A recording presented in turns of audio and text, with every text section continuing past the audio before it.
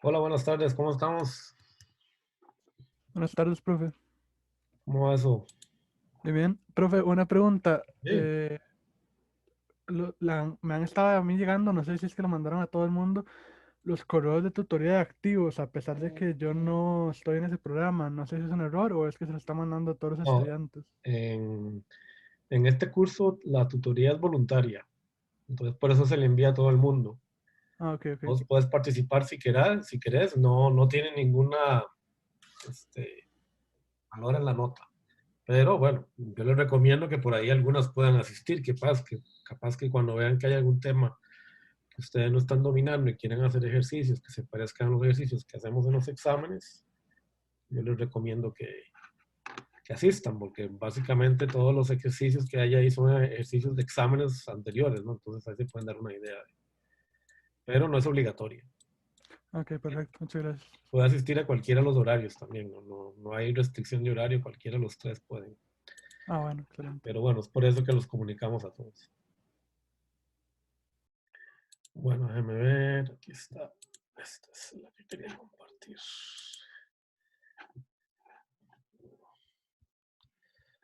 A ver, ahí hemos quedado resolviendo este problema, ¿verdad?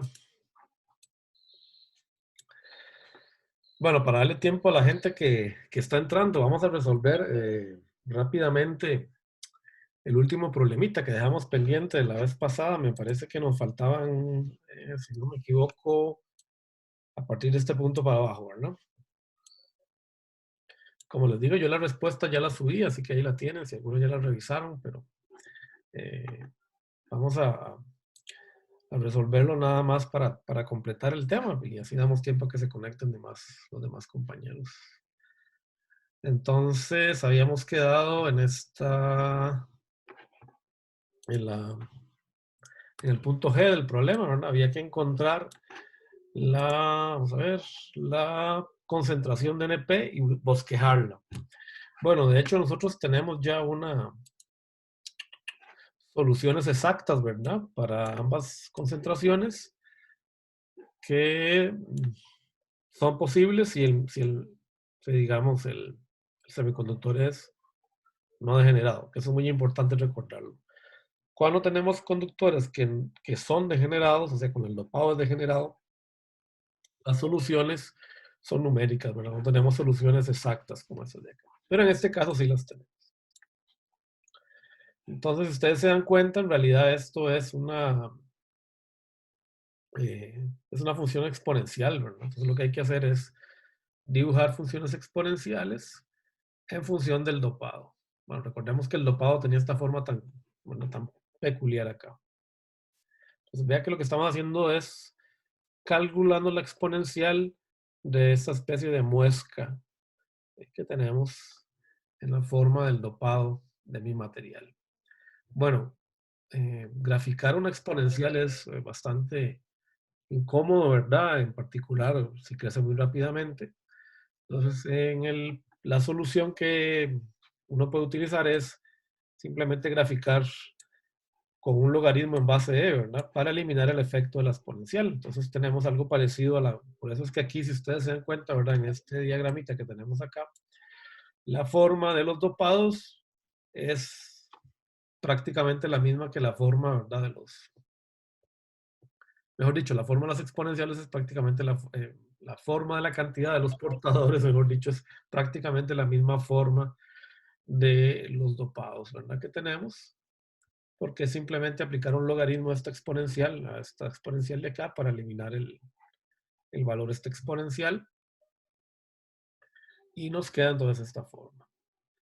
Vean que tenemos un punto precisamente predicho por nuestro diagrama de bandas, donde el dopado es prácticamente NI, o sea, el dopado eh, hace con el cambio de dopado que estamos teniendo de un lado a otro, que el material se vuelva prácticamente intrínseco en estos dos puntos, lo cual se condice con lo que vemos acá, ¿verdad? Este cruce que tenemos de la energía intrínseca con la energía de Fermi en la solución.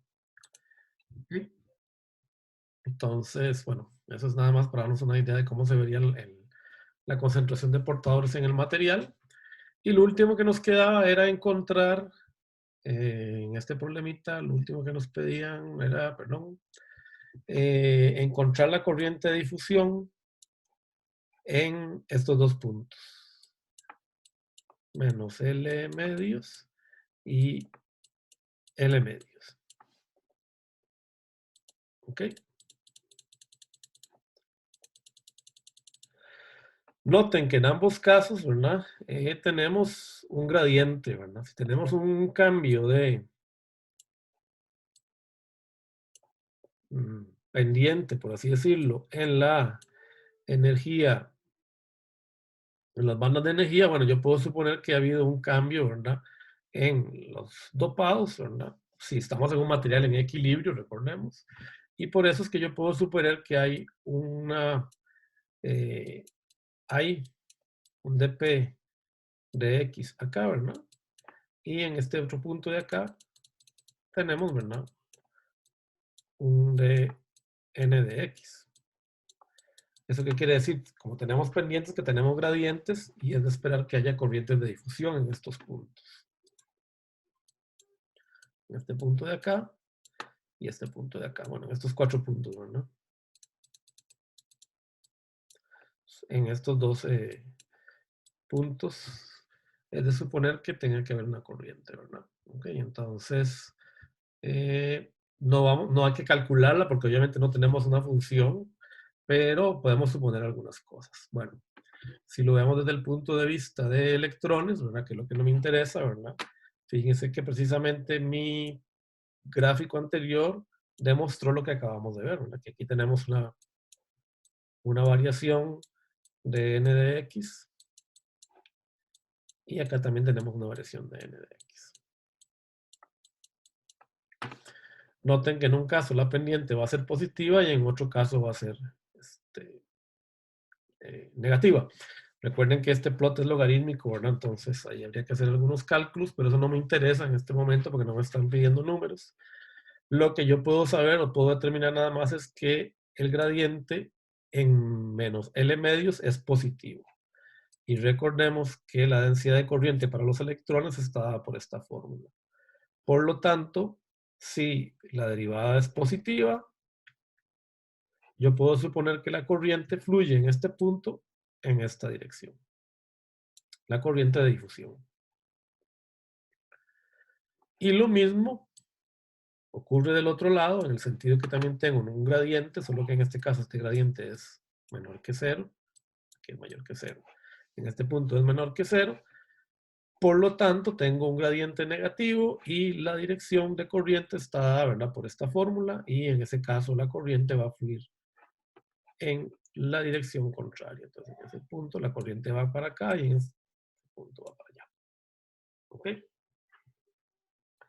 Y el último punto que nos resta averiguar es qué pasa con las corrientes de arrastre.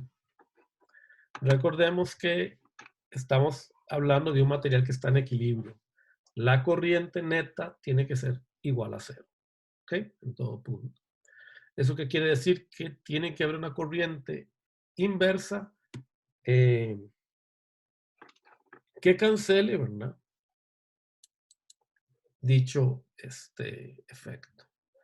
Bueno, recordemos que la corriente de arrastre es siempre una función del campo eléctrico, ¿verdad? Siempre, ¿verdad? La corriente de arrastre está dada por el campo eléctrico.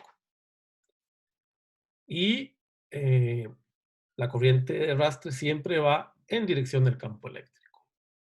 Sean electrones o sean huecos. Entonces, fijémonos en el punto L medios negativo. En menos L medio negativo encontramos, ¿verdad? Que tenemos de hecho un máximo, ¿verdad?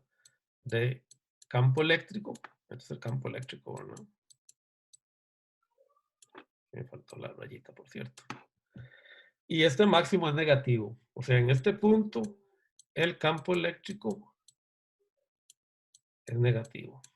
¿Eso qué quiere decir? Que yo tengo que tener una corriente de arrastre debido al campo eléctrico que tiene que ir en esa dirección, ¿verdad? El campo eléctrico es negativo. O sea, que para este punto, ¿verdad? La corriente tiene que fluir en dirección menos X. Noten que esto viene lo podemos derivar tanto de la gráfica que encontramos para la forma del campo eléctrico como de la misma ecuación, ¿verdad? Vean que la ecuación dice que la corriente de arrastre para los huecos es directamente proporcional al campo eléctrico multiplicado por Q y la movilidad y el número de portadores. En este caso, esto es negativo, significa que la corriente va en esta dirección, en este punto. La corriente de arrastre. Vean que precisamente se condice este punto con este. O sea, está eliminando la corriente de difusión de electrones, está siendo anulada por la corriente de arrastre de electrones, que es lo que esperábamos, ¿no? Vamos en direcciones contrarias. O sea, si esta es mi corriente de difusión, acá tengo también una corriente de arrastre que va en dirección contraria, debido al campo eléctrico. Y lo mismo ocurre para el otro lado. La corriente de arrastre siempre va en dirección del campo. En L más L medios, el campo eléctrico es positivo. Esta fórmula entonces significa que es positiva y por lo tanto tengo una corriente que va en dirección de X, que precisamente cancela la corriente de difusión que teníamos en aquella dirección, ¿verdad? Yo tenía una corriente de difusión en esta dirección y voy a tener una corriente de arrastre en esta dirección. Vean que acá ese es el punto que estábamos hablando, ¿verdad? Este es L medios acá. Aquí tengo mi máximo de campo eléctrico y es campo eléctrico positivo. Bueno, entonces con estas consideraciones podemos comprobar que se cumplen las relaciones que necesitamos para considerar que el material está en equilibrio. Y finalmente, ese ya es numérico, ¿verdad? Me piden encontrar para X mayor que L, o sea, para allá, están pidiendo encontrar el coeficiente de difusión de huecos. ¿Ok? Y esto simplemente puede sustituir, ¿ok?, las ecuaciones que ya tenemos. Este es el dopado que tenemos a partir de ese punto. Esta es la movilidad que tenemos dada a partir de ese punto.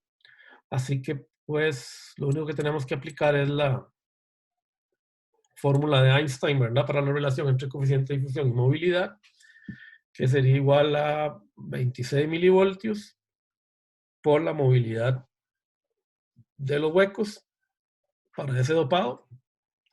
Esta movilidad, les recuerdo, ¿verdad?, que hay que obtenerla de las fórmulas o de las gráficas que teníamos en las diapositivas, ¿verdad?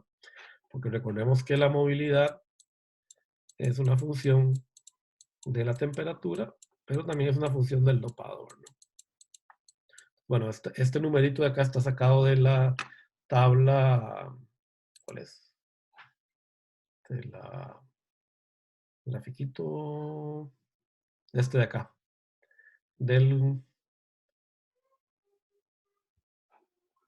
este gráfico que está acá, ¿verdad?, que me da la movilidad en función del dopado. O también podríamos haber utilizado esta fórmula, cualquiera de las dos es válida para encontrar ese valor.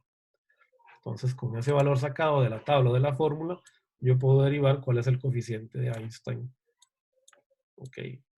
Mejor dicho, el coeficiente de difusión, de difusividad de huecos, tal cual me lo da la relación de Einstein entre difusividad y movilidad. Okay.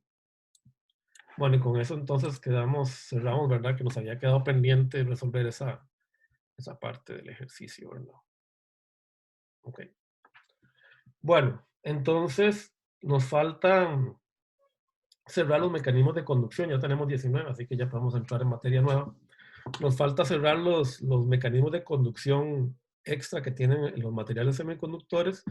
Como les digo, los vamos a ver solo de una manera cualitativa, no los vamos a analizar cuantitativamente, porque esto ya queda para un curso más avanzado de física de dispositivos. Pero bueno, sería bueno entender esos mecanismos porque van a haber algunos fenómenos que por lo menos cualitativamente tenemos que entender que ocurren dentro de los dispositivos que vamos a construir. Bueno, entonces tenemos otros mecanismos de conducción, todos los cuales se agrupan dentro de lo que se conoce como mecanismos RG, mecanismos de recombinación y generación. De hecho, ya conocemos algunos, ¿ok? Por ejemplo, el más común, uno muy común, es el que se conoce como la recombinación banda-banda. Eso básicamente lo que ocurre es lo siguiente: si tenemos un electrón y un hueco que se están moviendo cerca, digamos, recordando que aquí me voy moviendo en el eje X, y andan moviéndose muy cerca, ¿verdad?, uno del otro, es muy posible que se cancelen entre sí, ¿verdad? O sea, si pensamos en lo que podría ocurrir, digamos, a nivel de enlaces, ¿ok? Yo podría tener, por ejemplo, algo de este estilo, ¿verdad?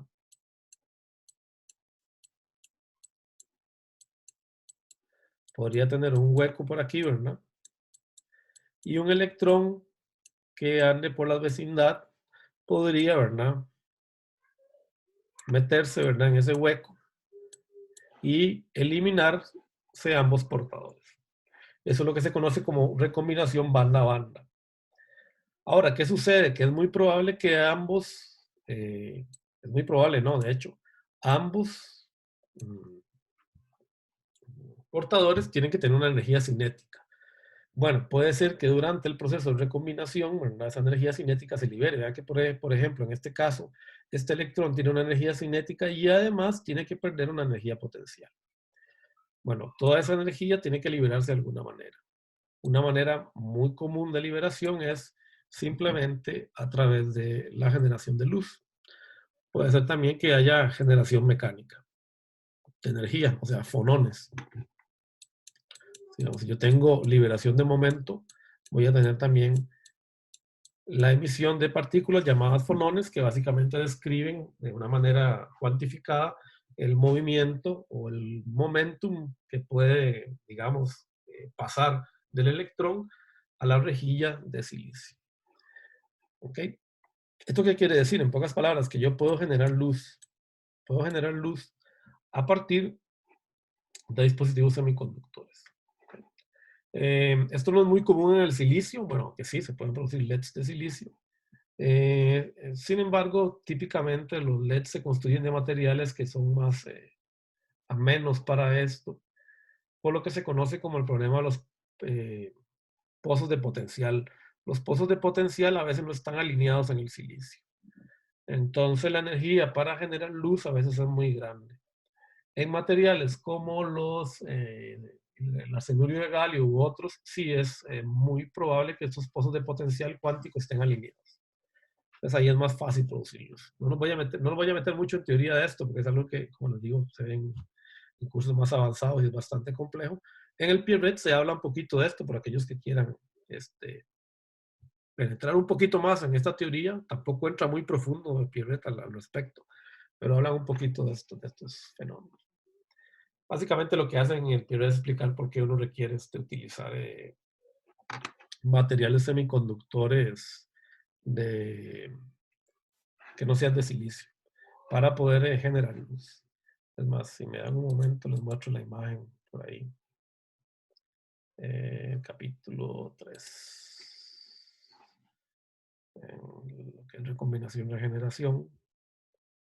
Por ahí anda la imagen que describe un poquito el problema ese de los pozos de potencial, pero como les digo, ya es algo que no nos vamos a meter mucho, ¿verdad? Simplemente para entender por qué a veces la generación de luz no es tan fácil, ¿verdad?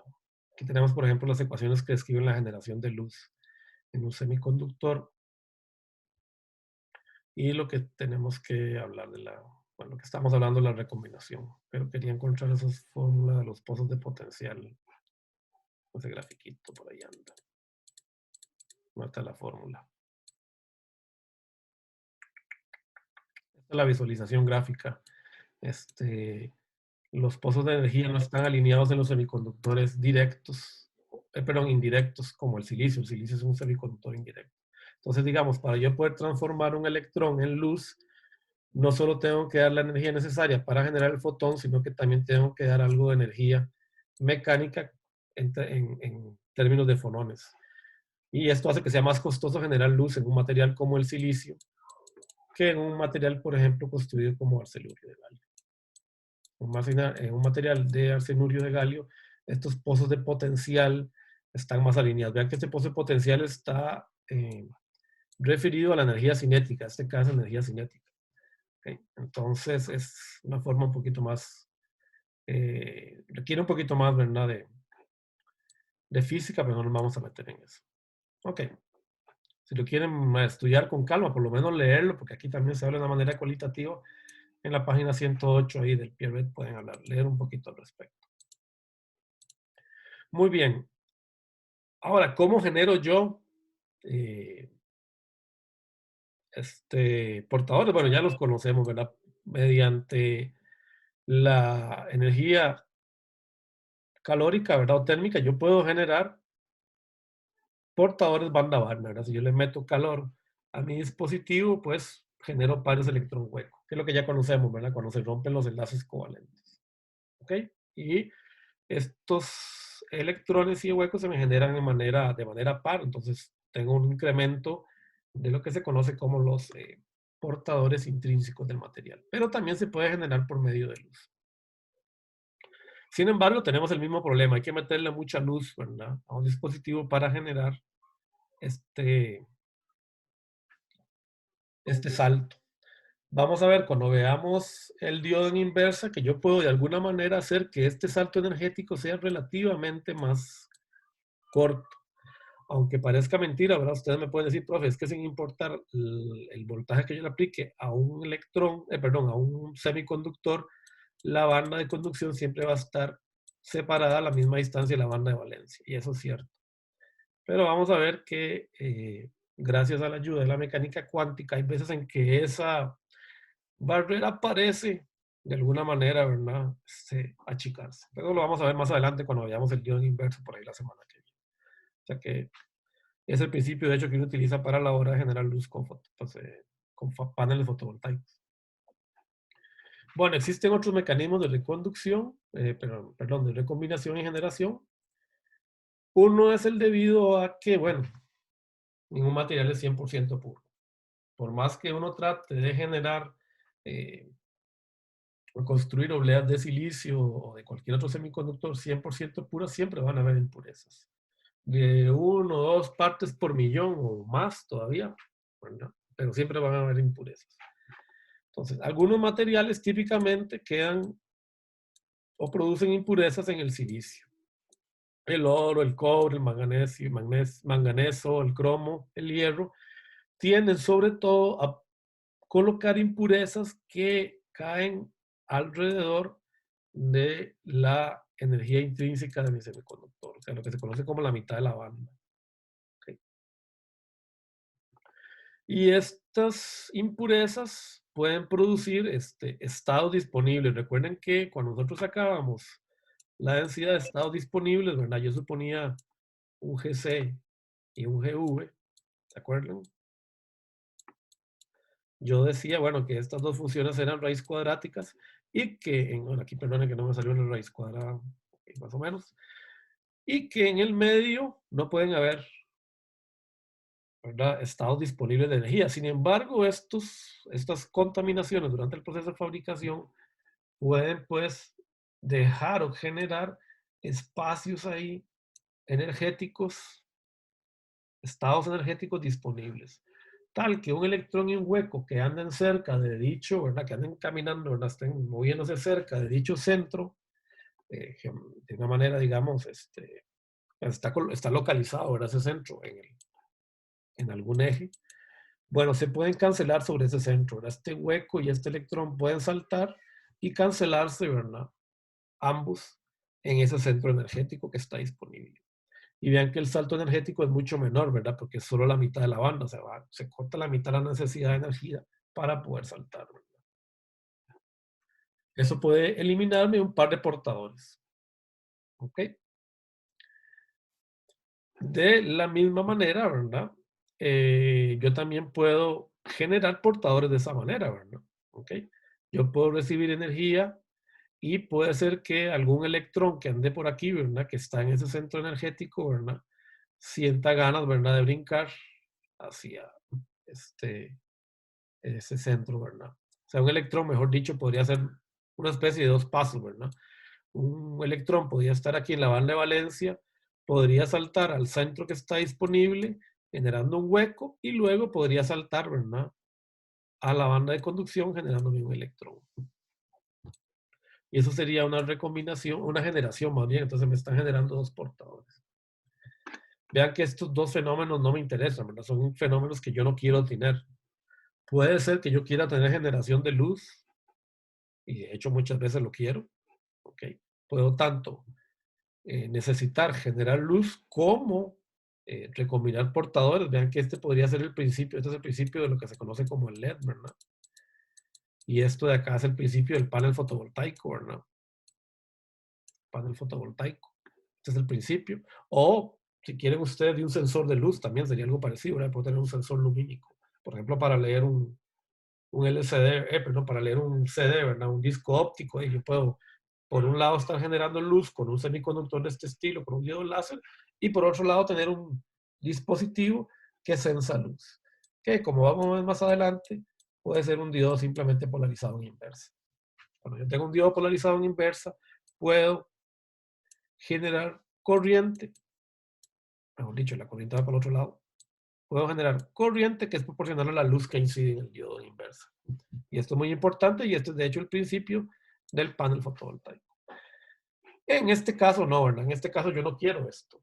Pero bueno, ocurre. Y esto puede generar problemas en la fabricación de dispositivos, estos fenómenos de impureza.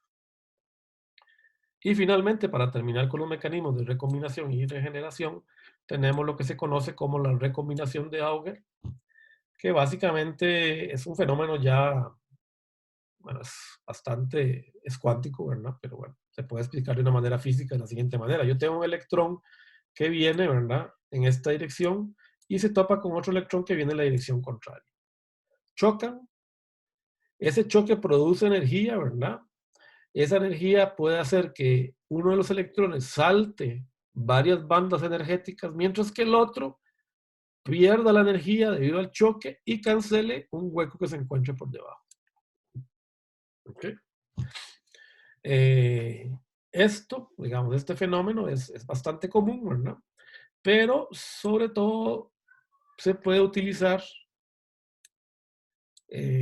cuando lo complemento, cuando lo veo de otra manera. ¿Qué sucede cuando yo tengo un campo eléctrico muy grande? Recuerden que, como ustedes vieron, el campo eléctrico implica que las bandas se me doblan. Si yo tengo, por ejemplo, un campo eléctrico que está haciendo que mis bandas se doblen mucho, yo puedo producir lo que se conoce como generación de portadores vía ionización por impacto. Yo tengo un electrón que va a alta velocidad. Ese electrón, por alguna u otra manera, vean que ese electrón puede ir acelerado por el campo eléctrico, ¿no? Vean que aquí yo lo que tengo entre estos dos puntos es una diferencia de potencial, ¿verdad? ¿Ok? Al haber una diferencia de potencial, significa que yo tengo, aquí sería un QV o un QFI, que tengo entre estos dos puntos, entre este punto y este, significa que tengo un campo eléctrico, ¿verdad? Grande, que va en esta dirección, de hecho, ¿okay? Pero que tiene una magnitud negativa. Eso quiere decir que este electrón se está viendo acelerado. Entonces, este electrón se está yendo acelerado, choca con la dirección negativa, perdón, de X. ¿Okay? Recuerden, ahora vamos a repasar un poquito esto, ¿verdad? Esto es muy probable que me genere un campo eléctrico que haga algo como así, ¿verdad? Por lo menos en esta zona, este campo eléctrico va haciendo algo como así, ¿verdad? Va en esta manera y va para X. Esto sería en magnitud y esa es la dirección en X. Entonces este electrón va acelerado por el campo eléctrico, puede chocar con la rejilla, con otro portador, con lo que sea, y liberar una gran cantidad de energía. Al liberar esta gran cantidad de energía, algún portador que está aquí, un electrón, puede recibir esa energía y saltar. Y ahora en lugar de uno tengo dos portadores.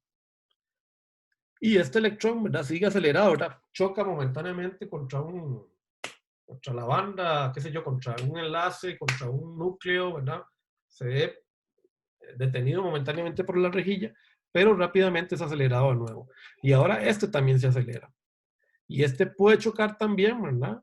Y puede entonces liberarme otro hueco, perdón, otro electrón y producirme un hueco.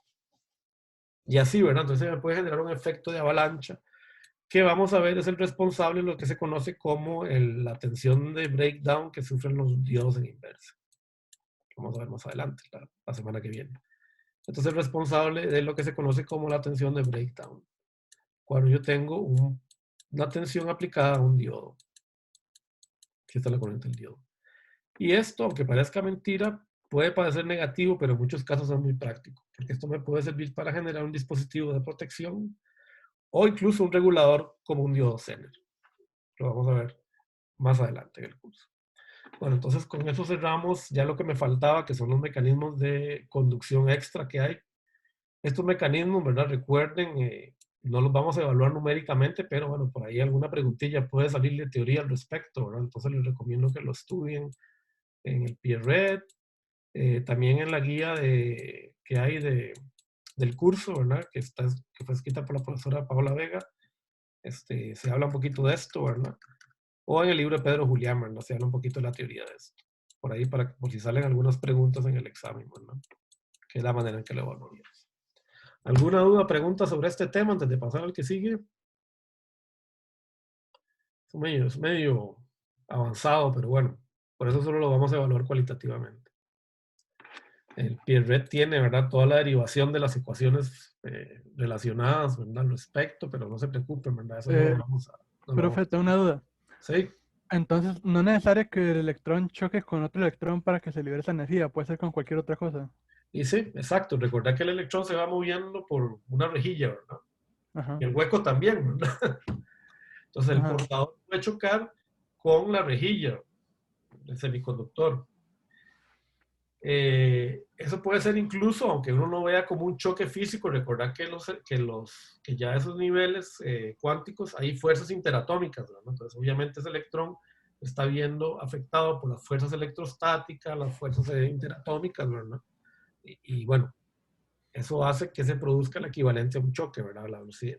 Recordemos que un electrón va haciendo algo así, ¿verdad? Por ejemplo, en un semiconductor un electrón va a ir en esta dirección y luego va a chocar y va a ir en esta dirección y luego se vuelve a ver acelerado y luego va para esta dirección. O sea, tiene una especie de comportamiento errático, ¿verdad? Movimiento browniano, ¿verdad? Supongamos que esto es un electrón que está siendo impulsado por un campo eléctrico esta mañana. Este movimiento browniano que vemos acá, bueno, en realidad no es browniano, estoy equivocado, ¿verdad? Este movimiento que vemos aquí errático, ¿verdad? Parece sí, sí, es browniano, perdón. Es un random walk, lo que llaman una caminata aleatoria, ¿verdad? En promedio, el electrón quiere ir en esa dirección, ¿verdad? Esto sería el movimiento, digamos, promedio del electrón, pongámosle la velocidad promedio, ¿verdad?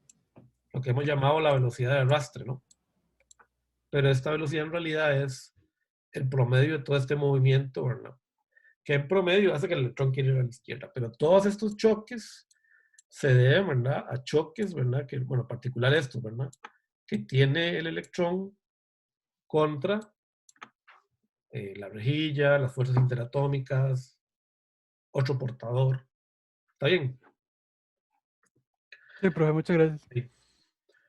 Bueno, vamos entonces a pasar al siguiente ya tema. Ya vamos a hablar de la unión del semiconductor, a lo que se conoce como diodo.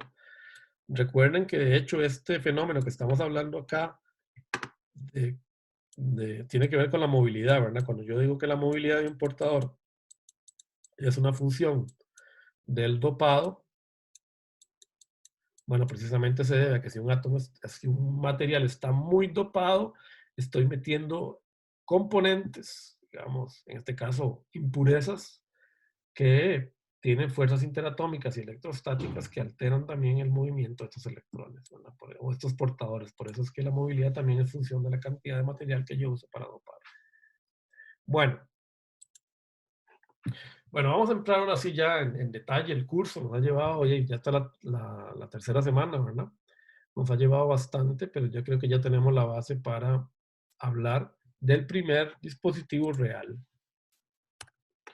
que sería lo que se conoce como la unión PN semiconductora o el diodo. ¿Okay? Vamos a hablar de cómo se construye un diodo. La idea es derivar las características de corriente tensión del diodo y poderlo utilizar luego con algunos circuitos de aplicación. Y con eso estaríamos para el primer examen parcial. ¿Okay? La idea sería esta semana llegar por lo menos a la derivación de las corrientes, de la derivación de las formas corriente-tensión en CC. Bueno, ¿cómo se construye un diodo? Hay muchas maneras de construirlo. Aquí tenemos una manera de construir un diodo con una unión PN semiconductora discreta, ¿verdad?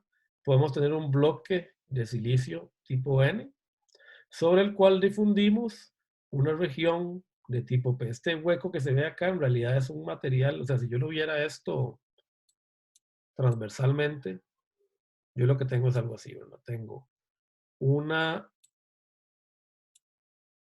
un bloque de silicio tipo N al cual hemos difundido una zona tipo P.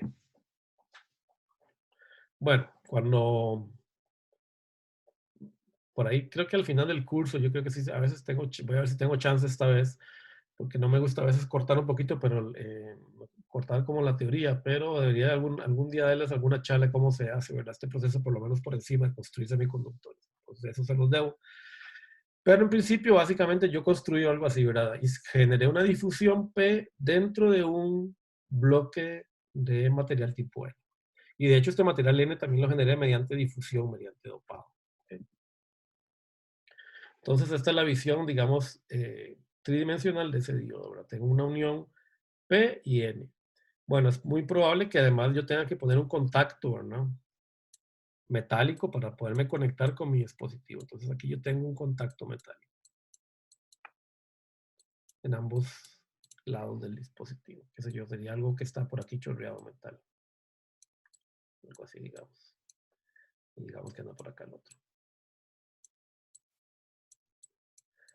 Ok, vamos a suponer que estos contactos por ahora son ómicos, o sea, que la caída de tensión que hay acá entre estos contactos es equivalente a ver, ¿verdad?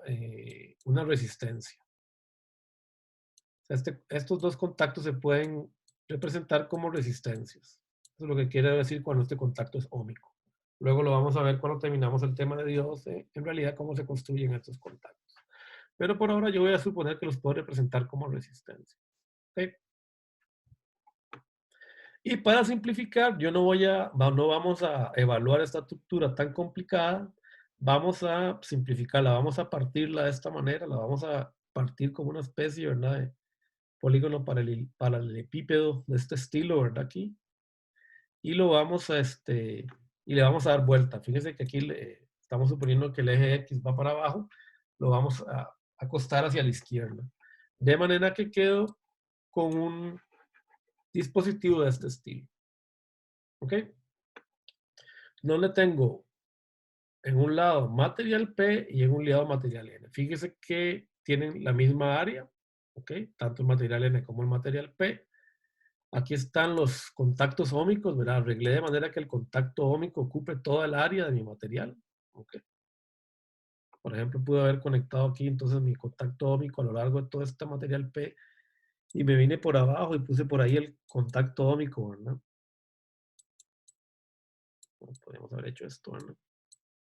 Por aquí chorría metal y por aquí abajo también le pegué metal, ¿no? A esto. Y ya tengo los dos contactos ómicos. Vamos a suponer que esos dos contactos ómicos se pueden visualizar por una resistencia y para todos los efectos voy a suponer que esa resistencia por ahora vamos a suponer que es igual a cero. Después vamos a ver que, que esa restricción no es obligatoria, pero me facilita los cálculos, pero a la hora de la verdad, si la hago distinta de cero no me va a afectar para nada los cálculos que vamos a hacer. Y voy a definir el eje, el punto cero de mi eje X en este punto, justo donde se me juntan el material P y el material N. A esta región muchas veces se le llama la juntura o la unión, es un sinónimo, metalúrgica.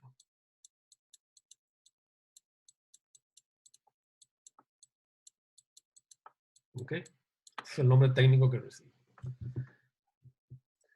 algo muy importante es que yo voy a suponer que la carga en la juntura metalúrgica es igual a 0. O sea, no hay ninguna carga atrapada ahí cuando yo la junto.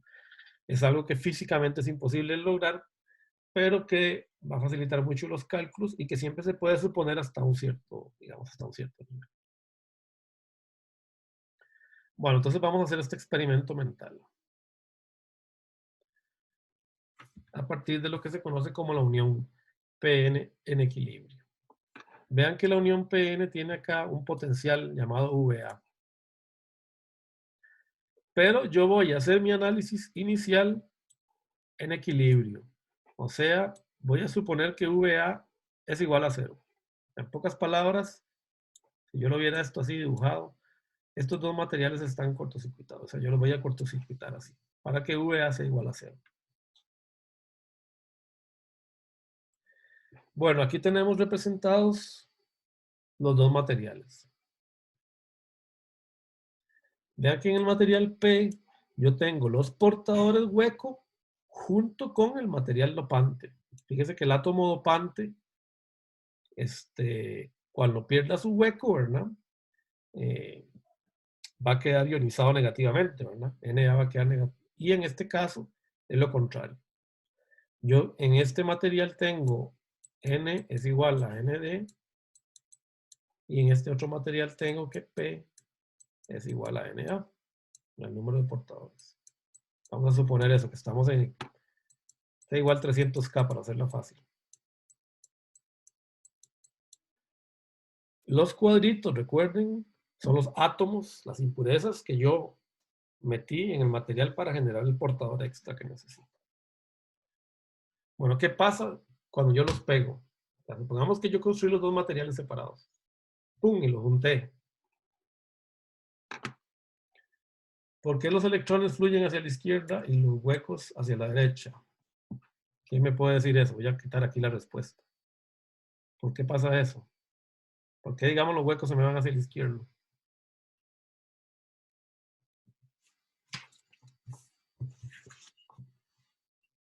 ¿Por qué puedo esperar yo que los huecos se me vayan hacia los electrones, perdón, se me vayan hacia la izquierda? ¿Por qué puedo esperar eso? Porque los electrones son minoritarios en el otro lado. O sea, hay un gradiente. Muy bien, Gabriel. Lo digo de la manera complicada, pero está bien, sí, ¿verdad? Si este es un material P, acá yo tengo electrones y ustedes saben que los electrones que hay aquí, ¿verdad? Van a ser igual a Ni cuadrado sobre P, ¿verdad? De hecho, por eso normalmente esos materiales se les va a indicar aquí con una N y una P chiquita. A esos portadores se los va a llamar así. O sea, son electrones que están en un material tipo P, son portadores minoritarios. Entonces, como dijo Gabriel, hay muy poquitos portadores minoritarios acá y aquí hay un montón de electrones, ¿verdad? Entonces, esos electrones difunden por el mecanismo de difusión, ¿verdad? Y lo mismo ocurre acá. Aquí yo puedo suponer que tengo huecos minoritarios que, dada la ley de acción de masas, ¿no?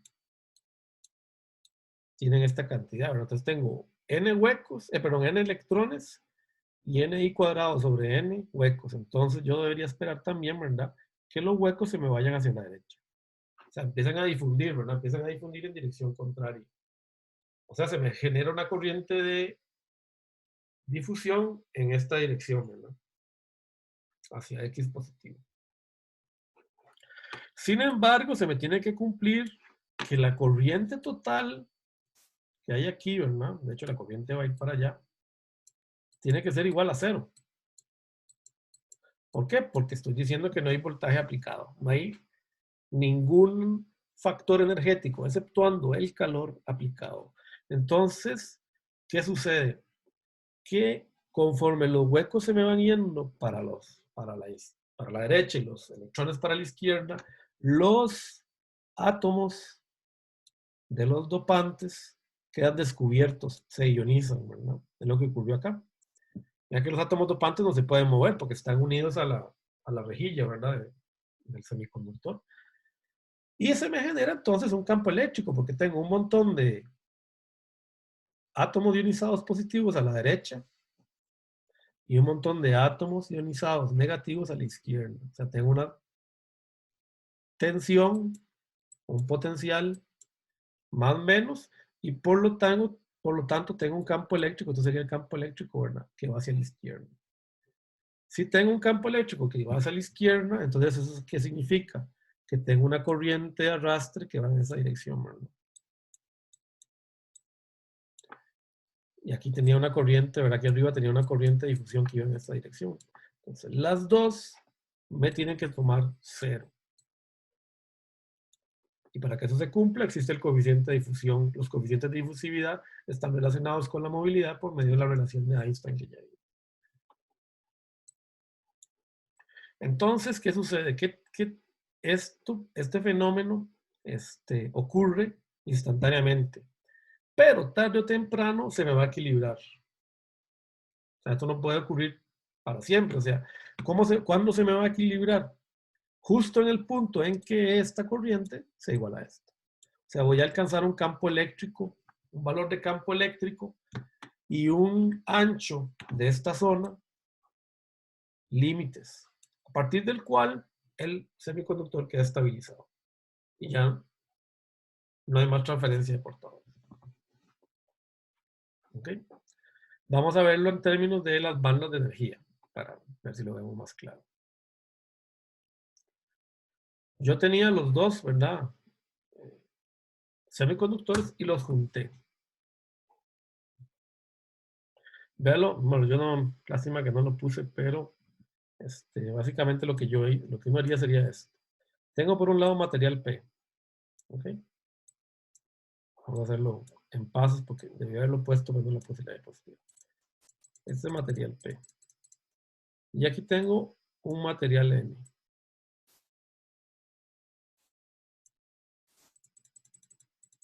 Bueno, este es el material P. S, EV y EF. Vean que la única diferencia entre ambos materiales es que EF, en el caso del material N, está más cerca de la banda de conducción. Y lo junté. Entonces, digamos, en T0, T igual a 0 justo cuando yo lo junté, ¿verdad? Yo tengo un solo material que tiene esta banda, ¿ok? Que tiene esta descripción. Tengo aquí mi energía de Fermi y mi energía de conducción. Y aquí tengo otra energía de Fermi.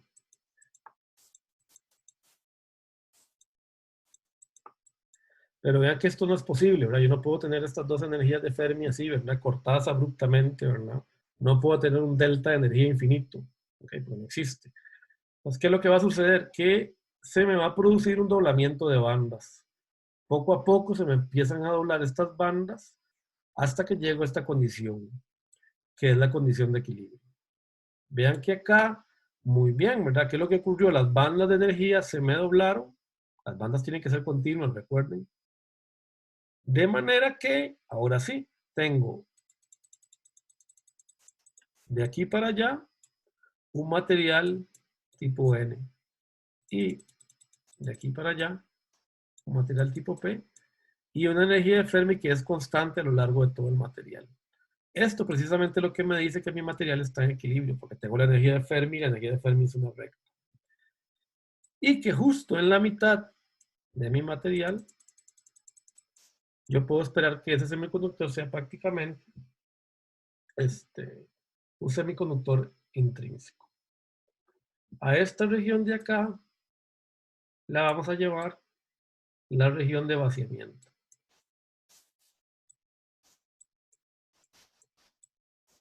¿Por qué vaciamiento?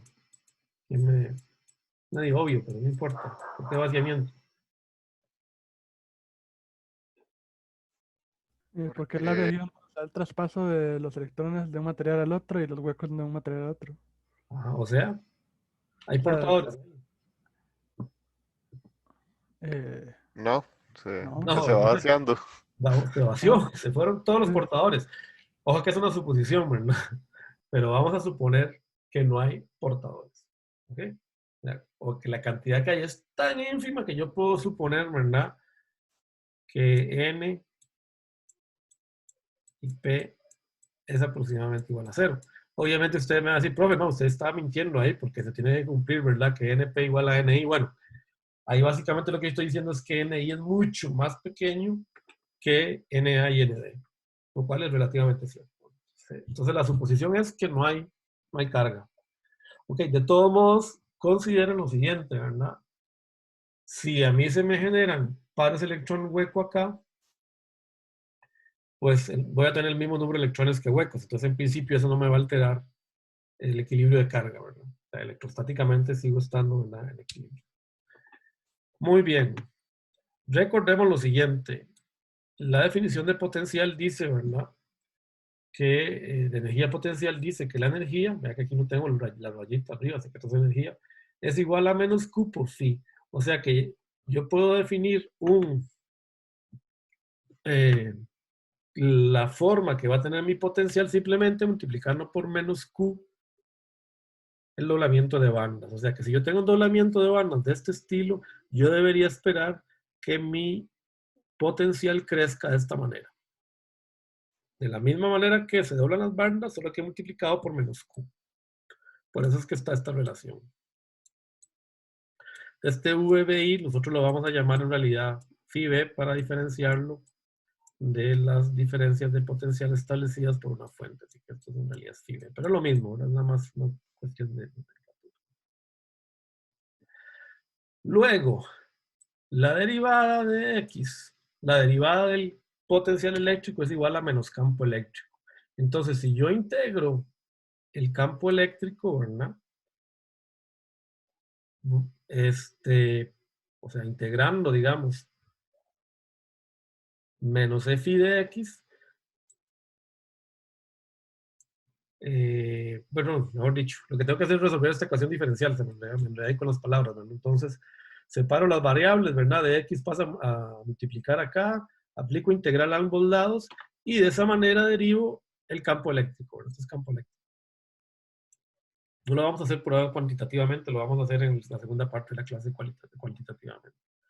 Y luego aplico la ley de Gauss. La ley de Gauss dice que la derivada del campo eléctrico en función de X multiplicada por la permitividad del material me da la concentración de portadores. Recuerden que este ρ aquí no significa resistividad. En este caso estamos hablando de densidad de carga. Perdón, había dicho concentración de portadores, discúlpenme, no es la densidad de carga. Este ρ es la densidad de carga. Más o menos, ¿les queda clara la relación cualitativa? Ok, ahora la vamos a derivar con más calma. Por ahí entre 5 minutos paramos para descansar y la derivamos ya ahora sí con todos los números. Ahora, vean lo interesante. Aquí precisamente es donde yo puedo ver o puedo visualizar con este banda de energía por qué yo no puedo tener corriente. Fíjese que aquí yo puedo suponer que tengo muchos portadores, ¿verdad? Bueno. Y aquí tengo muchos portadores electrones. Porque es lo que me dice el diagrama de bandas. Tengo la energía de Fermi muy cerca de la banda de conducción acá y muy cerca de la banda de valencia. Pero fíjese que todos estos portadores no pueden ir en aquella dirección. O sea que si yo quisiera una corriente que fuera en el eje X, no la puedo generar porque los portadores se topan con una barrera de potencial. Esa barrera de potencial es igual a Q phi B. O sea, este phi B que hay acá, que vamos a llamar el potencial interno, es muy importante. Tenemos que averiguarlo. Lo vamos a derivar. Y con eso paramos. ¿Ok? Por 5 minutos. Supongamos que yo tengo una unión PN en equilibrio. En cualquier lugar se me tiene que cumplir esta relación. ¿Ok? Que está dada por esta ecuación que derivamos la clase anterior, ¿verdad? Esta es la corriente de arrastre y esta es la corriente de difusión. Vean que en cualquier punto esto se me tiene que cumplir, pero fíjese que acá yo no tengo gradientes ni campo eléctrico, ¿verdad? Ni acá. Vean que acá yo no tengo un gradiente, digamos, porque por todo lado la energía de Fermi es la misma, entonces tengo en todo lugar la misma concentración de portadores. Y acá también, ¿verdad? Por todo lugar la energía de Fermi es la misma con respecto a la banda de conducción. En todo X aquí tengo la misma distribución, ¿no? La misma concentración de portadores. Entonces no hay gradiente, ¿no? ¿Eso qué quiere decir? Que en estas zonas la corriente de difusión es cero. Y además, si no tengo doblamiento de bandas, ¿qué puedo suponer? Que el campo eléctrico es cero, ¿verdad? Vean que en todas esas regiones el campo eléctrico es cero. Entonces también la corriente de arrastre es cero ahí. Entonces digamos que para las regiones más allá de este xn o de este menos xp, esa ecuación no la tengo ni que resolver. O sea, me tengo que concentrar en esta región de acá para resolver esa ecuación. Muy bien, entonces resolvamos la ecuación. Simplemente es cuestión, ¿verdad?, de igualar esto a cero, porque la corriente total de electrones tiene que ser igual a cero. Recuerden que se tiene que cumplir que la corriente de difusión de electrones tiene que anular la corriente de arrastre de electrones y la corriente de difusión de huecos tiene que anular la corriente de arrastre de huecos. Entonces hay que hacer el análisis de ambas. Hagamos solo de los electrones. Igualamos esto a cero, ¿verdad? Y aplicamos acá, fíjese que aquí lo que estoy sustituyendo es la definición de potencial, ¿verdad? Recordemos que la definición de potencial eléctrico dice que el campo eléctrico es igual a menos de phi de x, ¿verdad? Así que estoy metiendo esta relación acá, se me va el menos, ¿verdad? O me queda menos acá, con menos se me van. Y ahora lo que voy a hacer es acomodar algunas cosas, ¿verdad? Ok. Eliminamos los q's. Y lo que me queda es que d phi es igual a dn, pasa a dividir acá, ¿verdad? Bueno, aquí lo tengo abajo, no lo había visto. Y el n pasa a dividir. Entonces lo que me queda es esta expresión para el cambio del potencial eléctrico. Sin embargo, esto se conoce como, recuerden, la relación de Einstein, ya la derivamos, ¿verdad? Dn mu sub n es igual a KTQ. Ok, lo vimos en la clase anterior. Entonces, si yo sustituyo la relación de Einstein, me queda que d phi es igual a esta expresión de acá. Y ahora, ¿qué tengo que hacer? Integrar a ambos lados. Entonces, una ecuación diferencial fácil de resolver. Vamos a integrar el potencial desde donde me interesa, de menos xp hasta xn. Porque fuera de esos bordes, yo sé que ese potencial es cero. Y voy a integrar la cantidad de portadores desde menos xp hasta xn. Que son los límites. Para mi integral del otro lado. Vean que esta integral es directa, ¿verdad? Esto sale de cálculo diferencial integral.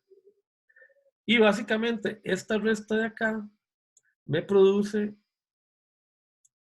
esta integral de acá me produce esta resta, ¿verdad? Porque fíjese que es una integral sobre la derivada. Así que aquí lo que voy a tener es phi evaluado en xn menos phi evaluado en menos xp, que es lo que tengo acá. Esto de acá yo lo voy a definir como el potencial interno en equilibrio. ¿Ok? Lo voy a llamar phi sub b esta resta. En algunos libros, como el libro de Pedro Julián, es muy común resumir esto, ¿verdad? Por esto de acá. Es lo mismo, exactamente. ¿Ok? Es exactamente lo mismo. Es un poquito más corto y más compacto. ¿Alguien habló, pero no? Bueno, si ven algún error, me avisan, ¿verdad? Pues ustedes saben que yo soy bueno para, más que todo lo estoy pasando en limpio. Y aquí tengo que integrar. Fíjese que aquí lo que tengo que hacer es, pues, aplicar la regla de la cadena, ¿ok? Pero no, ni la regla de la cadena, esto sale directo, ¿verdad? Esto es el logaritmo natural de logaritmo natural de nxn menos logaritmo natural de n menos xp, ¿verdad?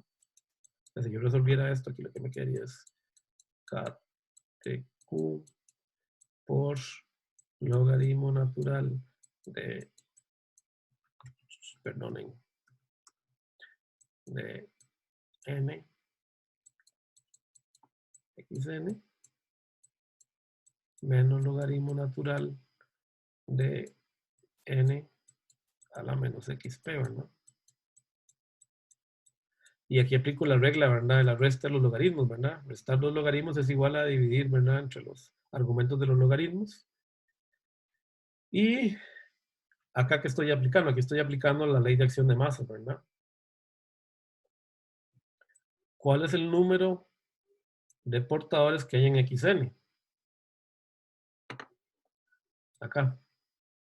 Bueno, aquí ya yo veo que el material es n, ¿verdad? Así que yo sé que aquí, en este punto, N es igual a ND, ¿no? Y P, en este punto, ¿cuánto es igual? P sería igual, ¿verdad? A ND, perdón, NI cuadrado sobre ND. Pero en realidad a mí me interesa, ¿verdad? El número de electrones acá, ¿verdad? A mí lo que me interesa es el número de electrones acá, porque tengo que evaluar los electrones en menos XP. Y los electrones en XP van a ser igual a NI cuadrado sobre NA, ¿cierto? Entonces me tengo que ir con estos dos valores y los sustituyo acá. El ND pasa arriba y me queda una expresión que me da exactamente cuánto vale el potencial interno en un material que yo tengo que vencer. O sea, yo tengo que vencer ese potencial para lograr que mi unión PN conduzca. Bueno, la podemos calcular si quieren. Fíjense que nomás es cuestión de aplicar la fórmula. Phi B es igual a KTQ, que sería 26 milivoltios, ¿verdad? Logaritmo natural de 10 a la 15 por 10 a la 15. Estos son dopados típicos en un diodo sobre 10 a la 20, ¿verdad? Porque es NI cuadrado. ¿Ok? Esto es 10 a la 30 sobre 10 a la 10. Y si ustedes sacan esto, este cálculo, en su calculadora, van a ver que esto da aproximadamente 0.6 voltios. Les suena conocido ese valor, ¿verdad? Supongo. De ahí salen los famosos 0.6, 0.7 voltios que uno tiene que aplicarle a un diodo semiconductor para que este conduzca. Bueno, les voy a dar una tarea extra por 3 puntos. Por cierto que no les he entregado las de la semana pasada, me disculpo. Que la idea es que me la entreguen hoy antes de medianoche. Por 3 puntos porque es muy fácil. Derivenme esta misma expresión, o sea, tengan esta misma expresión, pero derivándola a partir del doblamiento en las bandas de energía. ¿Ok? Vean, y se me vienen acá, ¿verdad? Y dicen, pucha, como Chacón lo que yo quiero es que yo le encuentre esto. ¿Cómo lo puedo encontrar a partir de este doblamiento en las bandas de energía? Les doy una pista. Recuerden que el número de portadores es una función de la resta entre la energía de Fermi y la energía intrínseca. ¿Ok? Entonces les doy ahí hasta la medianoche. Es una tarea extra por 3 puntos para que me encuentren esta misma expresión. Es idéntica. Es idéntica. ¿Ok? Recuerden esto, que el número de portadores es función de esa resta, ¿no se acuerdan? Y eso es válido para materiales no degenerados. Este material es no degenerado. Entonces pueden utilizar las aproximaciones que quieran en esta derivación. Esta derivación que hicimos acá es válida para cualquier material. Dopado, degenerado, no degenerado. Esta expresión es válida, pero no importa. Si ustedes ponen que el material es no degenerado, pueden encontrar esta misma expresión a partir de ese doblamiento de bandas, recordando, ¿verdad? Que n es una función, ¿verdad? De la resta, ¿verdad? De f menos i, ¿verdad? Y que p es una función de la resta. No le voy a decir toda la ecuación, ¿verdad? Porque no se las voy a regalar, ¿verdad? Ok. Recordando eso, ¿verdad? Listo, paramos 5 minutos, si les parece. Nos vemos a las 4:07 para continuar.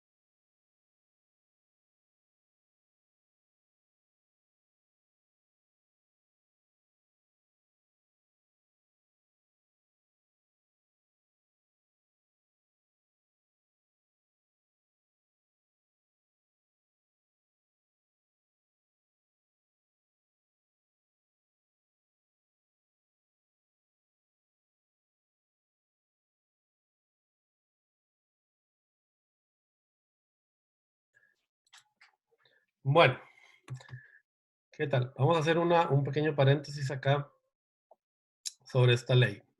¿Ok? Vean que yo también puedo averiguar por separado el potencial dentro de un semiconductor tipo P y un semiconductor tipo N. ¿Cómo? Ok. Recordamos, ¿verdad? Que lo que estoy diciendo ahora es que el potencial intrínseco de mi unión Pn es igual a phi P menos, perdón, a phi N menos phi P, ¿verdad? Ok, esta es la expresión, que es igual a el voltaje térmico, ¿verdad? Que estoy definiendo tal vez, porque me estoy brincando un paso, phi T es la tensión térmica, es igual a esto de acá, ¿ok? KTQ. Vamos a usar los dos intercambiadamente, no hay problema. Se puede usar a veces esto, a veces usamos esta expresión. Es exactamente lo mismo. Que a 300 Kelvin esto es 26 milivoltios. Entonces, phi T logaritmo natural de NA ND sobre NI cuadrado. Ahora, supongamos que yo quiero solo averiguar el potencial dentro de el material N. ¿Ok? En un material tipo N. Bueno, recuerden que un potencial eléctrico necesita siempre una referencia. ¿Ok? No queda otra. Bueno, yo voy a suponer que phi P es igual a 0. Cuando ND, ¿ok? Es igual a NI. O sea, en pocas palabras, cuando en realidad debería suponer, ¿verdad? Que ND en realidad es igual a 0. ¿Ok? O sea, pero bueno, como yo sé que eso no, en realidad yo siempre voy a tener, esto lo derivamos en función del número de portadores, en función del tipo de dopado, ¿ok? Yo voy a suponer que ND igual a NI, ¿ok? Si yo hago eso, ¿verdad? Esto va a ser igual, ahí es medio informal lo que estoy haciendo, pero la relación es básicamente la misma, lo que vamos a obtener. Yo puedo decir que phi n es igual a phi t, el logaritmo natural. Si aquí esto vale ni, lo que me va a quedar es que esto es logaritmo natural de na sobre ni. ¿Ok? Que es igual a phi t logaritmo en base 10 de nd sobre ni. ¿Ok? Y esto dividido sobre el logaritmo en base 10 de e. ¿Ok? Este logaritmo también en base 10 de e. Esto sería igual a phi t sobre ese logaritmo, ¿verdad? Sobre el logaritmo en base 10 de e por el logaritmo de nd sobre ni. Y este valor de acá es lo que se conoce como, esto me da aproximadamente 60 milivoltios.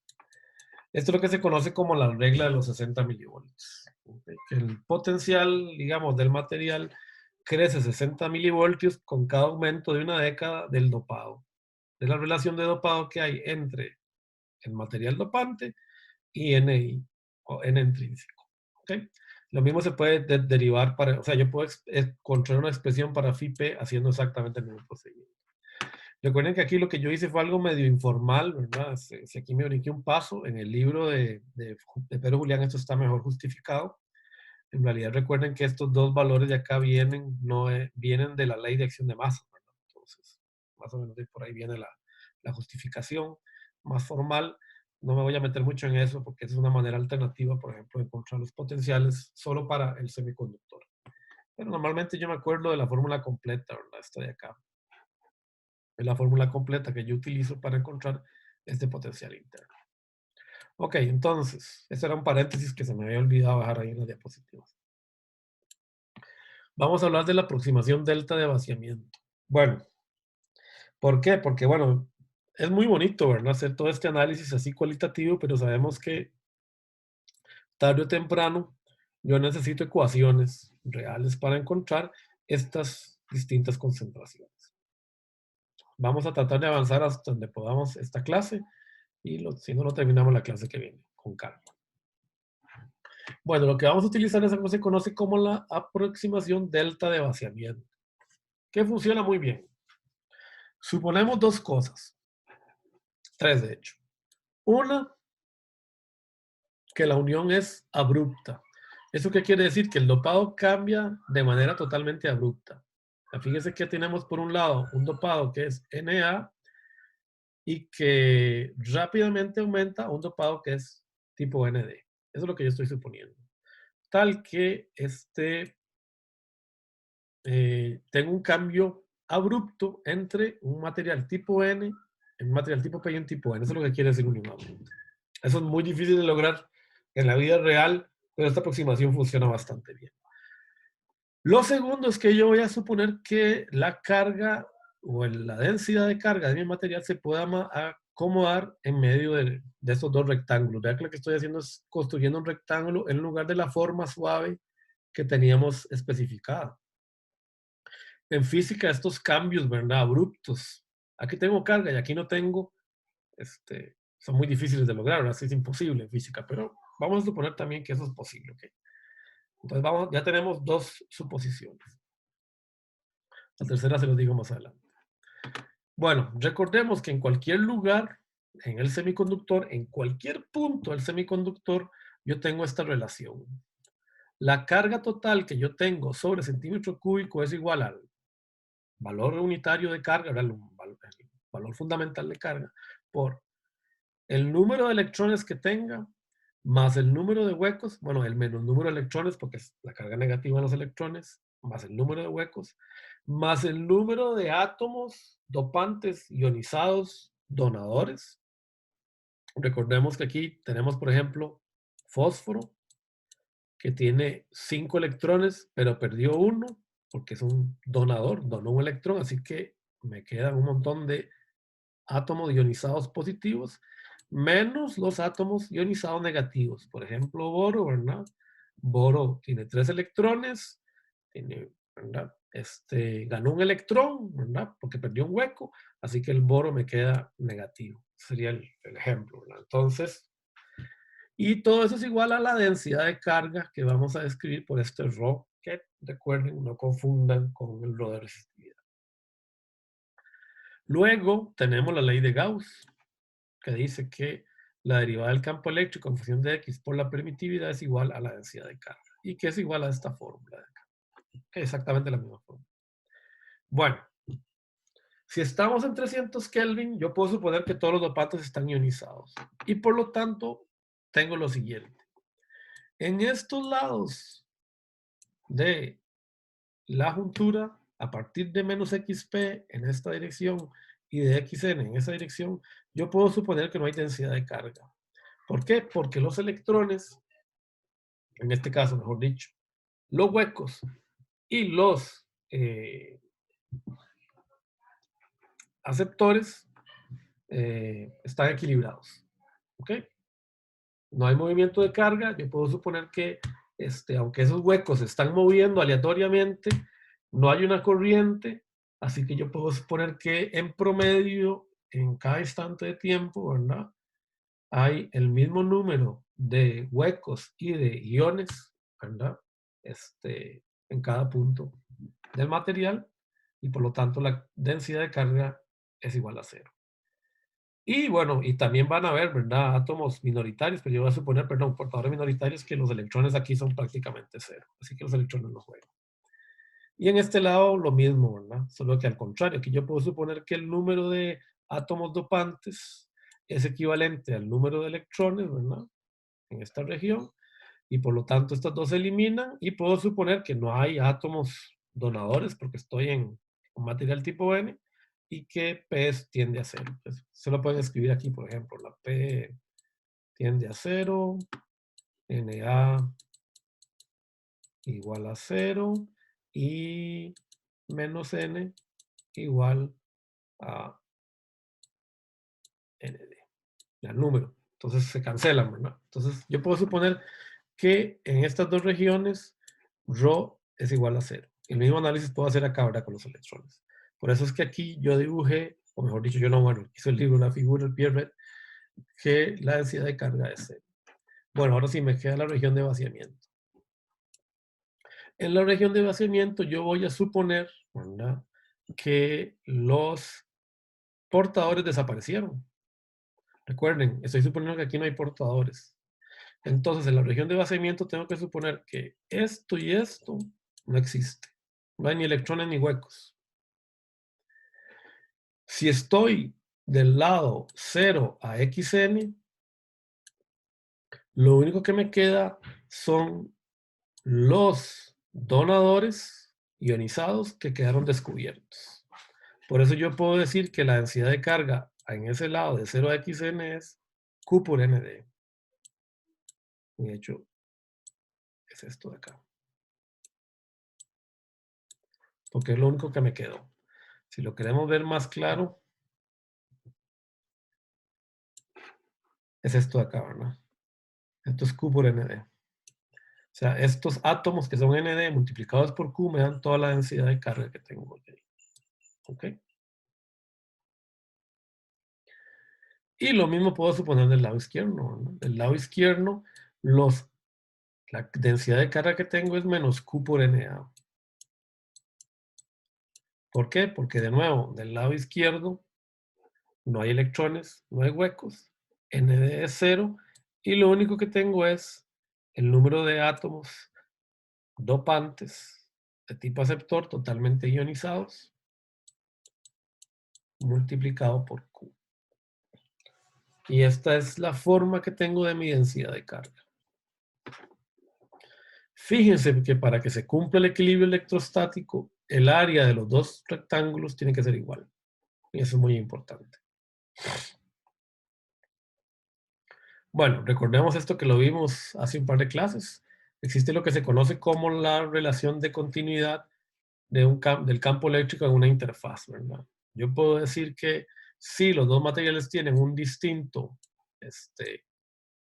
valor de permitividad y la carga atrapada en la interfaz es igual a 0, puedo decir que epsilon 2 por E2 es igual a epsilon 1 por E1. ¿Ok? Y si el material no cambia, eso lo que quiere decir es que el campo eléctrico tiene que ser el mismo a ambos lados de mi material. ¿Ok? Bueno, en un material semiconductor tipo PN de silicio, no hay cambio de epsilon, ¿verdad? La permitividad del silicio es la misma a ambos lados de la interfaz, así que yo puedo suponer que el campo eléctrico va a ser continuo dentro de la interfaz. Vamos a ver que, por ejemplo, cuando hablemos de el transistor MOS, eso no se cumple. Ya tenemos un cambio pero estamos adelante. Bueno, esto va a ser pesado, así que lo vamos a hacer con calma y igual si no lo terminamos hoy, seguimos la clase que viene. Tenemos la ley de Gauss. Por lo tanto, yo puedo suponer, ¿verdad?, que esta derivada es igual, ¿verdad?, a estas dos condiciones. ¿Ok?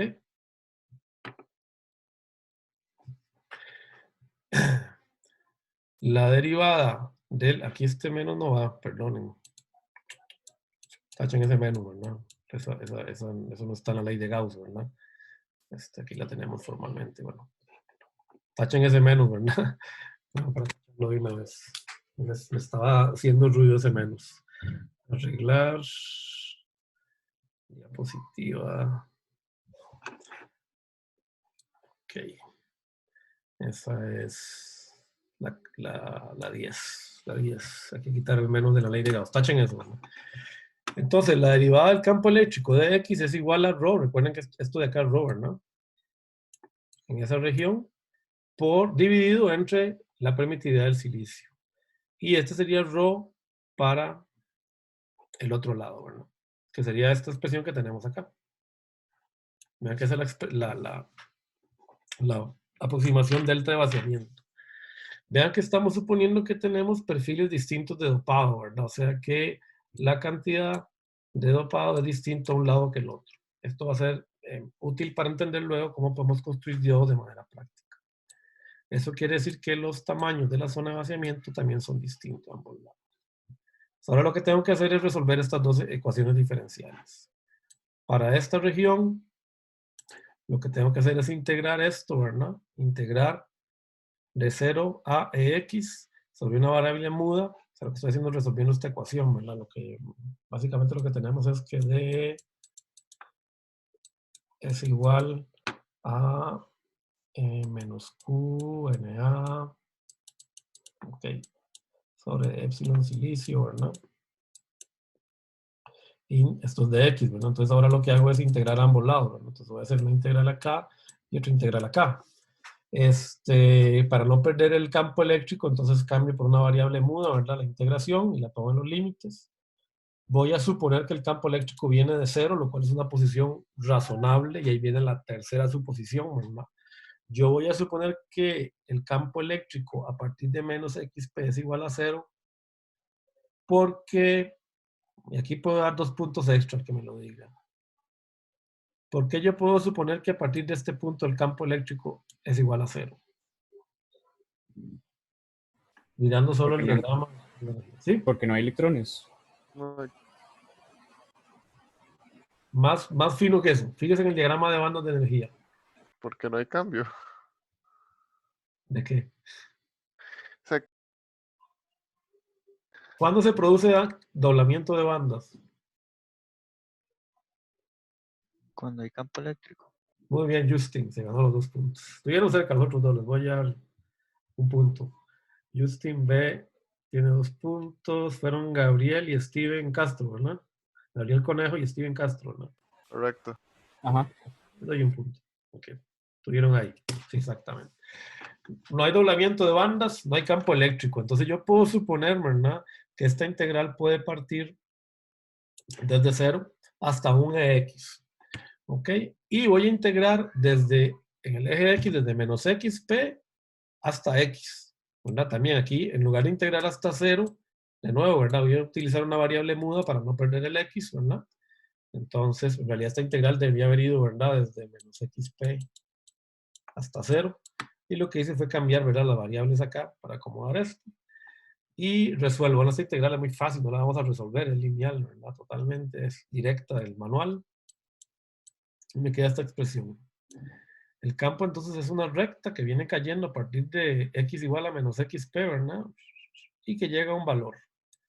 Este valor máximo tiene que ser el mismo para ambas expresiones, producto de lo que averiguamos en la diapositiva anterior, ¿verdad? Que dijimos que el campo eléctrico tiene que ser continuo porque el épsilon es el mismo, ¿verdad? A ambos lados, ¿verdad? Es épsilon silicio y épsilon silicio. Así que el campo eléctrico tiene que ser continuo. Entonces, el valor máximo de esto va a ser X, ¿verdad? Entonces, aquí, ¿verdad? Esto está mal. Ay, tengo que corregir esa otra integral también. Arreglar la diapositiva 10.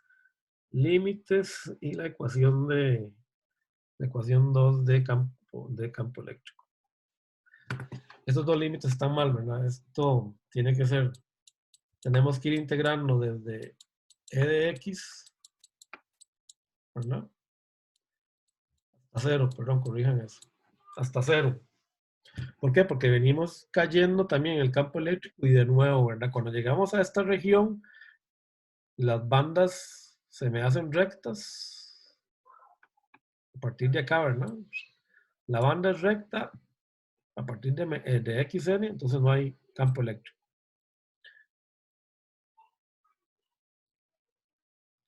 ¿Ok? Entonces, pero también esta es fácil de resolver y esta es la expresión que nos queda, ¿verdad? Para el campo eléctrico. Y lo que tenemos es esta, ¿verdad? Integral. Vean que la ventaja de haber utilizado este perfil, ¿verdad?, de la aproximación delta de vaciamiento es que resolver la integral es muy sencillo, ¿verdad? Si hubiéramos usado la forma que uno se imaginaba, esta de aquí, ¿verdad? Esta forma es bien complicada, ¿verdad?, de resolver. Eso hace algo como así en la vida real. Pero bueno, no importa, lo vamos a aproximar. ¿Ok? Entonces, como la aproximamos a dos rectángulos, la solución es bastante sencilla. Nótese, sin embargo, ¿verdad?, lo que estamos indicando sobre la continuidad del campo eléctrico. ¿Esto qué requiere? ¿Verdad? Esto requiere que NAXP sea igual a N de XN. O sea, el área de este cuadradito, el área 1, igual a N de XN por Q, ¿verdad? Tiene que ser igual a esta área de acá. Menos Q N por menos XP. Ahí se me van los menos, ¿verdad? Esta área tiene que ser igual a esta. Esta de acá tiene que ser igual a esta. O sea, se me tiene que dar esto de acá, pero que acabamos de derivar. Bueno, y eso tiene que ser así por el equilibrio de carga, ¿verdad? Si esta carga aquí es positiva y esta es negativa, pero yo estoy diciendo que en ese material en realidad tiene que mantenerse en el equilibrio, la suma neta de carga entre los dos extremos de la zona de vaciamiento me tiene que dar, ¿verdad? Cero. Eso es lo que estoy diciendo. Muy bien. Vamos a derivar, entonces, ahora sí, el potencial eléctrico. Recordando la ley de potencial, que entonces está bien, ¿verdad? De phi de x es tomar estos valores del campo eléctrico, ¿verdad? Bueno, y en este caso hay que multiplicarlos por este menos, ¿verdad? Y por eso es que aquí me quedan los dos positivos, ¿verdad? Se me van los menos. Pues vea que lo que estoy haciendo es sustituyendo los dos valores de campo eléctrico que tengo en cada uno, ¿verdad? De los materiales. Esto es menos el campo eléctrico para los dos casos. De nuevo, puesto que el campo eléctrico tiende a cero a partir de estos puntos, yo puedo suponer que en ese lugar de phi de x es igual a 0. Recuerden que de phi de x es una pendiente. Si el campo eléctrico es 0, esa pendiente debería ser 0 y es la única manera, ¿verdad? Entonces, por eso es que yo puedo suponer que no hay caída de voltaje a partir de estos puntos. ¿Sí? Que es lo que estoy suponiendo acá, ¿verdad? A partir de esos puntos, la variación del campo eléctrico es 0 y por lo tanto, puedo suponer, ¿verdad?, que a partir de ese punto, la caída de voltaje se me mantiene constante. Eso es lo mismo que decir, ¿verdad? Si esta es la zona de vaciamiento, básicamente lo que yo estoy diciendo, si esto es XN y esto es menos XP, es que, ¿verdad?, el campo eléctrico aquí es igual a 0 en ambos lados, que es lo que acabamos de decir. Y no hay caída de voltaje, entonces todo esto actúa como si fuera una especie de conductor, ¿verdad? Esta parte de acá y esta parte de acá las estoy considerando como conductores. Por eso digo que el voltaje se mantiene constante.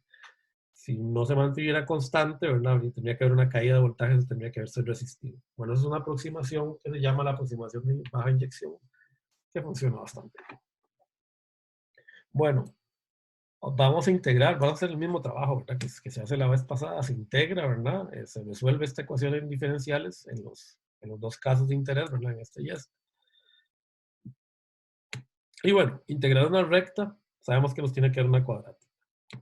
Así que no la vamos a resolver, ¿verdad? Entonces, cálculo diferencial integral. Integramos, ¿verdad?, de menos xp hasta x, conservando la variable muda, ¿verdad? Y obtenemos que phi tiene una forma cuadrática que va desde menos xp hasta 0. Vean que aquí se me tiene que cumplir la continuidad de voltaje, ¿verdad? Recordemos la continuidad, ¿verdad?, del potencial eléctrico en una interfaz, ¿verdad? El potencial eléctrico no puede cambiar cuando cruza una interfaz, y esto sin importar la permitividad siquiera. ¿Okay? Eso lo habíamos visto en clases anteriores. ¿Eso qué quiere decir? Que este valor que yo encuentro con esta expresión es el valor de arranque en la siguiente integral. ¿Y hasta dónde vamos a ir? Hasta un phi sub b, que sería la resta del potencial que hay entre el material N y el material P, según la definición que tenemos del T. Ahora vean que si ustedes estudian esto en el libro de Pedro Julián, el libro de Pedro Julián en realidad aquí parte de phi P, ¿verdad? Parte de phi P y llega hasta phi N, ¿verdad? Es una manera alternativa de resolverlo, como ustedes quieran. Yo aquí lo que estoy diciendo nada más es que phi P, para mis efectos en este momento, lo voy a considerar como mi potencial de referencia. ¿Okay? Esa es la única diferencia. Yo lo que hice fue como meterle un offset, bueno, yo no, Pierre, lo que hace es meterle un offset, ¿verdad? y subirlo phi P ese voltaje, porque recordemos que a la hora de la verdad lo que importa es la diferencia de voltaje, ¿ok? Entre los dos extremos del material, ¿ok? Entonces yo voy a suponer que fundamentalmente ese phi P es igual a 0, que es lo que hace Pierre, pero la definición a la hora de la verdad funciona, ¿verdad? Y entonces lo que hago es integrar también, ¿verdad? De aquí hasta xn y obtengo esta expresión. Y para x mayor que xn, ¿verdad? Ya lo único que me queda es phi b, ¿verdad? Ya el campo sigue siendo phi b. ¿Ok? Vamos a quitar eso para no enredarnos. Ok, entonces lo que pasa es que como sé las figuras del Pierre, aquí les tengo que indicar que V es igual a phi, ¿verdad? Recuerden que yo prefiero definir potenciales dentro del semiconductor con la variable phi. Y vamos a guardar V para las fuentes de voltaje. Bueno, entonces ya tenemos expresiones para todos los componentes de mi, digamos, expresiones electrostáticas para los distintos valores o variables electrostáticas que tengo, ¿verdad?, en mi material. Bueno, creo que sí nos va a dar chance de terminar. El último tema que nos interesa es, bueno, ¿y cuánto vale esta zona de vaciamiento? Porque fíjese que yo he estado usando alegremente menos XP y XN, pero no he dicho cuánto es. Yo les dije cuando empezamos la clase que era un valor finito, que tarde o temprano el campo eléctrico, este campo crecía hasta un punto y tomaba una forma tal que se cancelaban las corrientes de difusión. Ok, bueno, vamos a encontrar cuánto valen esos dos límites. Ok, de nuevo, recordemos esta condición, ¿verdad? La condición de continuidad en el campo eléctrico. Eso quiere decir que estas dos ecuaciones tienen que valer lo mismo en x igual a 0. Eso es básicamente lo que yo quiero decir cuando hablo de la continuidad del potencial eléctrico en una interfaz. Entonces significa que yo puedo igualar ambas ecuaciones, que es lo que estoy haciendo. Estoy igualando las dos, porque ambas me tienen que dar lo mismo, ¿verdad? Este punto de acá tiene que obtenerse de cualquiera de las dos, o de esta, para x igual a 0. Entonces eso es lo que hago aquí, ¿verdad? Estoy igualando las dos. Estos 1 y estos 2. Entonces tengo una ecuación con dos incógnitas. Pero recordemos que yo establecí además esta igualdad. Se establece por lo que hablábamos de la continuidad del campo eléctrico. Okay, ya no del potencial eléctrico, sino del campo eléctrico. Que me decía que n a xp es igual a n de xc.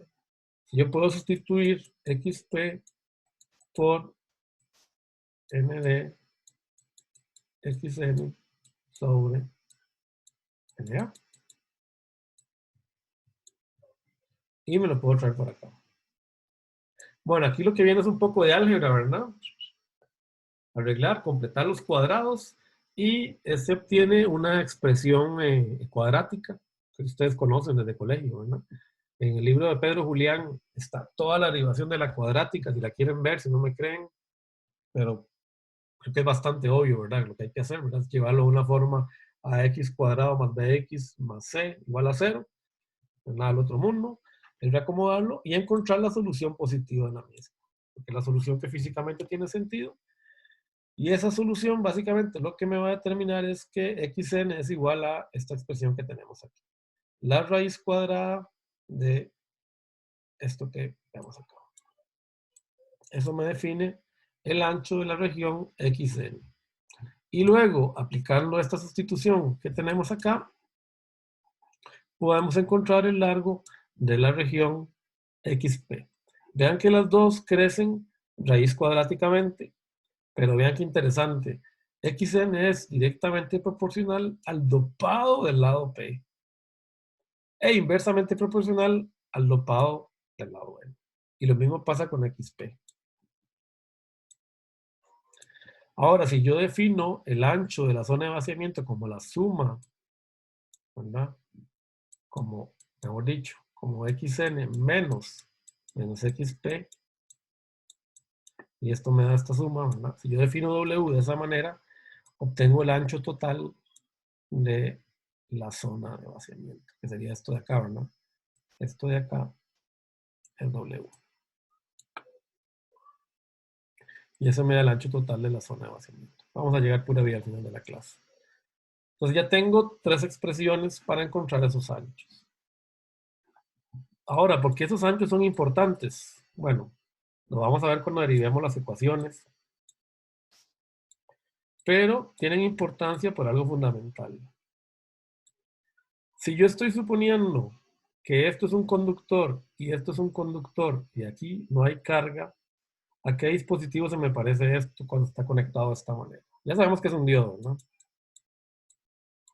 Es un diodo pegado en corto. Pero, ¿a qué dispositivo que ustedes conocen se parece esto? Tenemos conductor, conductor y un aislante en el medio. ¿Cómo se llama esto?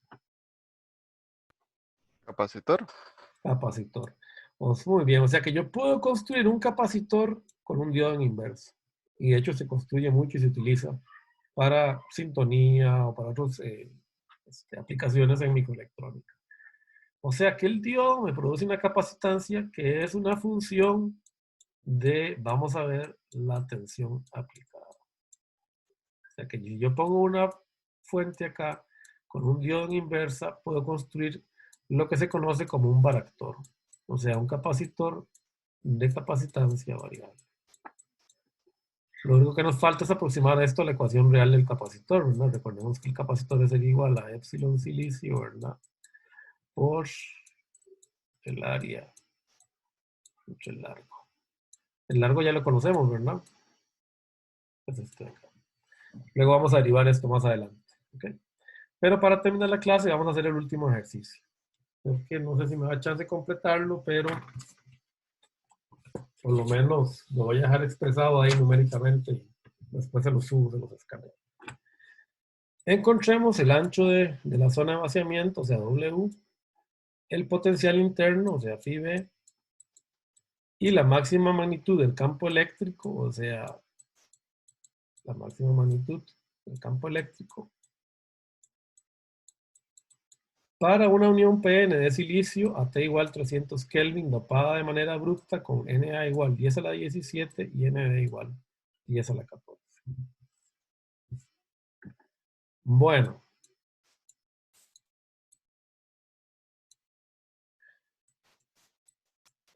Es más, como estamos ya tan cerca, los voy a motivar. A los que me resuelvan esto y me lo pasen hoy por correo, les doy 3 puntos. Porque esto es fácil de resolver. Ok. Resuélvame esto numéricamente, me lo envían escaneado al correo electrónico antes de las 12 de medianoche de hoy. Y me contesta la siguiente pregunta. Para que vayan las preguntas.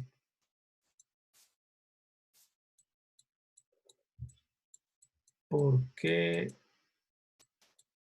se puede suponer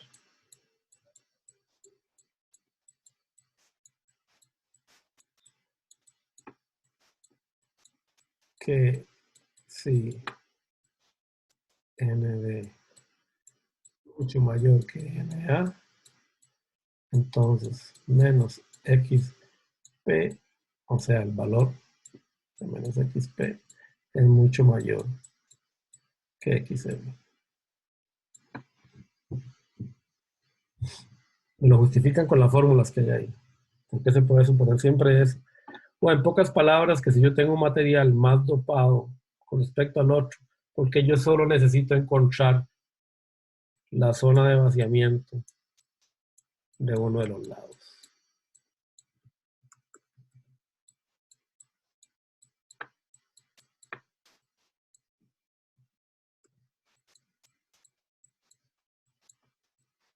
Lo que les estoy preguntando. Entonces les doy 3 puntos aparte de la otra tarea, así que tienen 6 puntos, vean, para exámenes finales, para lo que lo quieran aplicar. Extra. Resuelvan esto numéricamente y... ¿Ok? Lo único que necesitan por ahí, que tal vez no lo recuerdan, epsilon silicio es igual a 11,4 por 8,85 por 10 a la menos 14 faradio sobre 68. Por aquello para que les haga falta, que creo que es lo único, ¿verdad? Que les hace falta, ¿verdad? Bueno, y KTQ, que yo espero que ustedes ya sepan, ¿verdad? KTQ igual a FIT a 300 kelvin, si no lo calculan, ¿verdad? Lo pueden calcular. Es 26 milivoltios, pero ya se la deberían saber de memoria. Entonces, listos, quedamos con eso, ¿les parece? Así se ganan 3 puntillos extra más para exámenes o para tareas, evaluaciones alternativas, los que están en evaluación alternativa. Y les recuerdo a los que están en evaluación alternativa, mañana a medianoche quiero el avance, el segundo avance, y a partir de ahí definimos si requieren alguna consulta extra. Bueno, gente, estamos. Gracias, profe. Gracias, Bueno, profe. bueno, Gracias, profe. tengan linda tarde a trabajar. Hasta luego. Hasta luego. Bueno. Hasta luego, gracias.